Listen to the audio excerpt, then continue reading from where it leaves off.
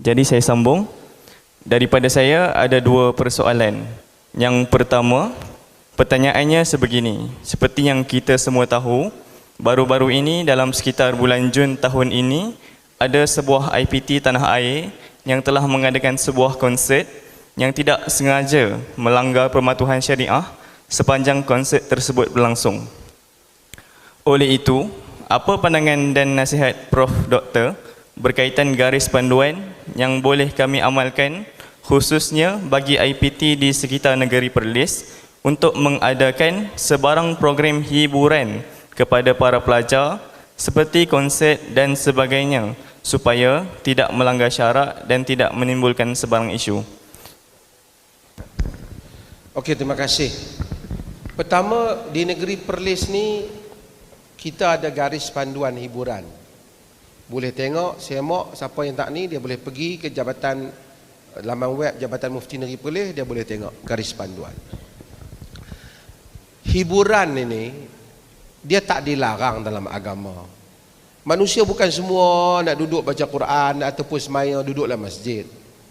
Dia mungkin nak bersukan, dia kadang-kadang nak tersenyum, nak ketawa.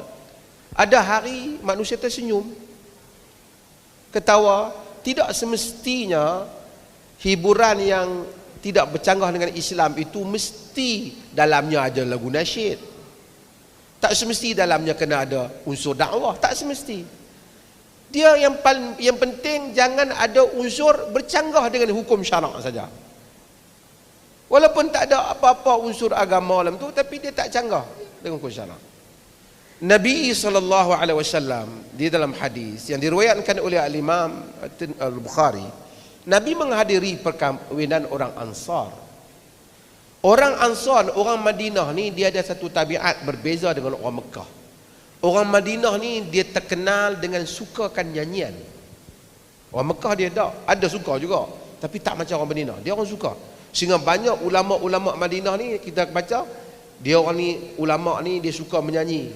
Ibn Madis'un umpamanya suka menyanyi kasya'ni ahli Madinah, seperti perangai orang Madinah. Orang pergi rumah dia tengok ada hamba perempuan dia duduk menyanyi, dia duduk dengar. Jadi Nabi SAW bila hadir kenduri kahwin, Nabi tengok orang tak menyanyi apa di Madinah, diam.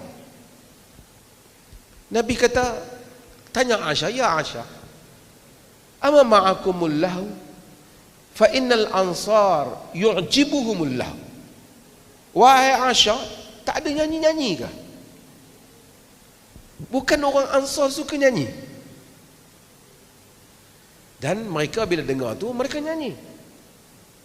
Bila mereka menyanyi, ada lirik yang Nabi tak setuju, Nabi betulkan. Antaranya mereka sebut wafina nabiyyun ya'lamu ma fi ghad. Di sisi kami ada seorang nabi yang tahu apa yang besok nak berlaku. Nabi kata yang ni jangan kata. Nabi tak tahu apa besok nak berlaku. So maksudnya Nabi very flexible dalam hal ini.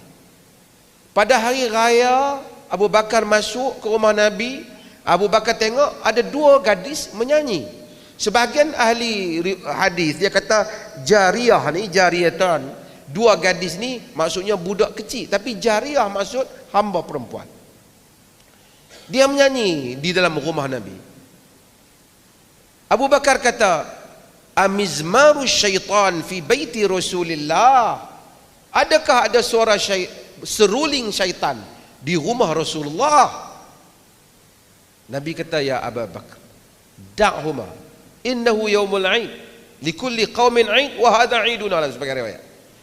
Biarkan mereka, wahai Abu Bakar, setiap kaum ada hari raya, ni hari raya kita, biarlah dia nyanyi hari raya. Cuma sebahagian para ulama dia limitkan untuk hari raya saja. Tapi kalau hari raya boleh, hari lain takkan tak boleh. Maksudnya menyanyi, berhibur. Nabi baring. Nabi mungkin tak enjoy dengan itu. Tapi ia satu benda yang dibolehkan. Ada tarian lembing di dalam masjid Nabi SAW selepas daripada hari raya. Pasal hari raya Aisyah menyaksikannya. Sudan menyanyi, sebagai hari sebut Sudan. Mike Aisyah tak dagu dia di bau Nabi untuk menyaksikan tarian itu. Ada dalam riwayat Sahih Bukhari.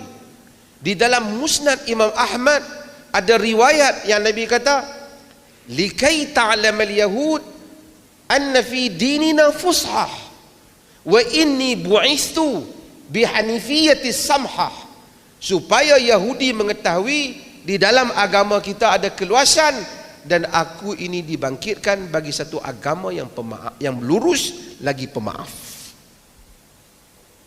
Maksudnya hiburan boleh tak? Boleh. Tetapi semuanya rights and limits. Ada hak, ada limit. Limitnya apa? Bukan kena selawat baru boleh, tak. Boleh menyanyi lagu-lagu puisi, tak apa. Boleh jadi juga lagu-lagu yang mana memuji alam, menyaksi, boleh, selagi mana tidak menyeru pada arak, perzinaan, tidak menyeru memalukan orang, tidak ada unsur-unsur menyeru pada yang haram, boleh. Tidak ada pencampuran lelaki dan wanita secara haram, boleh. Boleh ada orang-orang menari, boleh. Sudan tu menari, tapi dengan syarat taklah sampai menjatuhkan maruah. Wanita menari sampai terkangkang, tak boleh, kan? Dengan menjaga nilai. Maka tengok di dalam senarai garis panduan tu, kita tak kata di negeri Malaysia no hiburan, no entertainment, we are people of salat, we only listening to Quran and anashid, no songs except anashid, Quran and salawat. We never say that. We never say that. This is Hanafiyyah to samha. This religion is very flexible in terms of entertainment, but you have to make sure that you are in the limits. Within the limits that your practice, your entertainment doesn't against the Sharia.